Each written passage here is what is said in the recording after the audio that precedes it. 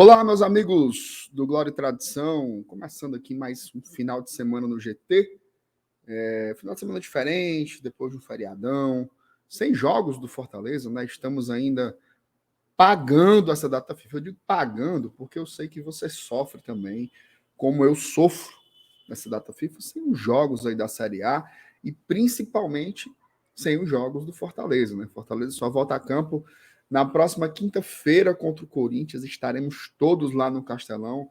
Aquele jogo que, por mais que seja valendo pelo Campeonato Brasileiro, são competições diferentes e blá, blá, blá, tem aquele saborzinho, né, de ser uma prévia do que a gente deve encontrar nas semifinais da Copa Sul-Americana, aí só na última semana desse mês de setembro, tá? Então, até lá, a gente tem que pensar aqui em outras questões para abordar, e hoje eu vou falar de dois assuntos que repercutiram bastante na imprensa nessa última sexta-feira e ainda um pouco já hoje de manhã, que é sobre as situações contratuais de Caio Alexandre, tá?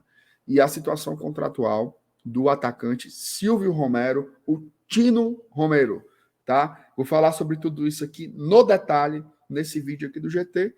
Se você não é inscrito ainda aqui no GT, inscreva-se, tá? Porque todo dia de manhã a gente tem vídeos como esse, que sai sempre cedinho, às 6 horas, e todas as noites nós temos lives aqui também às 20 horas. A gente faz pré-jogo, faz pós-jogo, faz cobertura direto da Arena Castelão, quando o Fortaleza atua em casa, tudo isso e muito mais que você já sabe. Vou soltar a vinheta e na volta falar sobre Caio Alexandre e Tino Romero.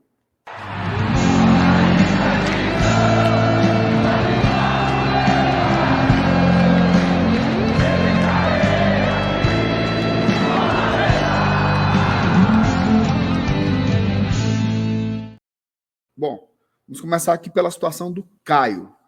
Tá? O Caio, ele é um jogador que se destacou aqui no futebol brasileiro pelo Botafogo, né?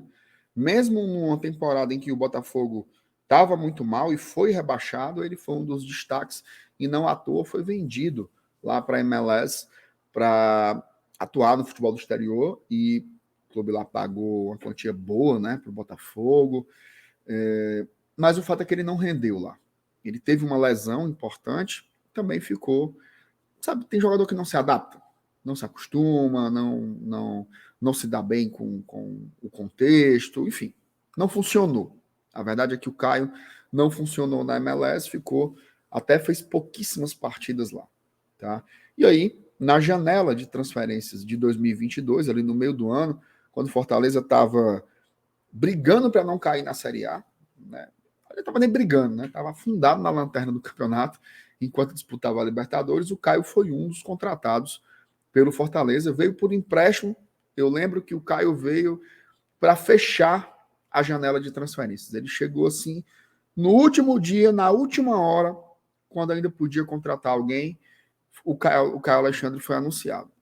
E grata surpresa. Chegou devagar, né? Passou ali uns 3 ou 4 jogos para poder estrear. Entrou no segundo tempo de uma partida, se não me engano, contra o Juventude. E ele já mostrou algumas características interessantes, né? Jogador que tem um passe vertical, que tem uma dinâmica de campo muito boa. E a partir dali, o Caio foi ganhando espaço no time. Depois ele virou titular absoluto. Eu acho que não teve um torcedor do Fortaleza que tenha virado o ano de 22 para 23, que não tenha torcido muito pela renovação de empréstimo do Caio Alexandre. E isso aconteceu. Fortaleza fez uma negociação e conseguiu o contrato de empréstimo para 2023 para o Caio Alexandre. Porém, esse contrato ele se acaba agora no final do ano. O que o Fortaleza conseguiu fazer? Fortaleza conseguiu colocar no contrato uma cláusula de opção de compra. A Fortaleza poderia não, Fortaleza pode fazer a opção de compra do Caio Alexandre com valor de passe fixado, tá? Ou seja, tem lá um valor estipulado, independente se ele jogasse nota 10 ou se jogasse nota 2, o valor seria o mesmo. E o mais importante, o que é que significa ter essa opção de compra? A gente tem a prioridade na compra. Tá? Então, depende do Fortaleza comprar. O que saiu de diferente na imprensa com relação a essa situação do Caio? Foi que pela primeira vez foi colocado publicamente o valor que seria o Caio. Tá? E aí o que a imprensa local divulgou é que seria mais ou menos 2,5 milhões de dólares. Tá? Mais ou menos 2,5 milhões de dólares. O que seria ali mais ou menos o que custou o Emmanuel Machuca, junto à União Santa Fé. Então, valor aí talvez uns, será, 13, 14 milhões de reais. Isso que a imprensa está repercutindo. Sinceramente, vale demais. Vale demais. Acho que o Caio Alexandre ele é talvez o melhor jogador do Fortaleza na temporada. Tá? Já era um destaque no ano passado, mas esse ano ele é o melhor jogador do Fortaleza e tem uma característica, né? Ele é o pulmão do time. Se o Caio Alexandre está bem, o Fortaleza está bem também. Ele organiza, ele estrutura, é o grande construtor do Fortaleza Esporte Clube e ainda tem um plus, né? Ainda é jovem, só tem 24 anos. Fez 24 esse ano. Então é um cara que, se comprado pelo Fortaleza, como será, né? O Marcelo Paz já falou isso, Alex Santiago falou isso, o cara Alexandre será comprado. Ele é um cara que pode jogar aqui 3, 4 anos, ainda vai ter 28 e ainda pode ser vendido. Ainda pode ser vendido. Se quiserem levar ele mais jovem, aí vão ter que desembolsar muita grana para levar o Caio, porque é um baita jogador realmente muito diferenciado, tá? Reservar um pouquinho também desse vídeo aqui para falar da situação do Tino Romero, Silvio Romero. O Silvio Romero, ele chegou aqui em Fortaleza, essa é a segunda temporada dele. A bem da verdade, ano passado ele foi muito mais utilizado do que esse ano, né? Ele conseguiu fazer ali os seus 14 gols, se não me engano. Esse ano ele já vai com 9, tá? E joga pouco. Depois que o Lucero chegou, então, aí ele ficou como a terceira opção de camisa 9, né? Primeiro o Lucero, depois Galhardo, ou os dois juntos. E em momentos da temporada foi diferente, né? Galhardo primeiro, Lucero segundo, e o Romero, de fato, como a terceira opção de centroavante. Entra pouquinho ali, mas já tem 9 gols na temporada, contribui de alguma medida. Qual é a situação do Tino? Segundo a informação que foi divulgada na imprensa pelo Diário do Nordeste, Fortaleza tem metas que elas apontam uma renovação automática de contrato do jogador. E essas metas teriam duas coisas, tá?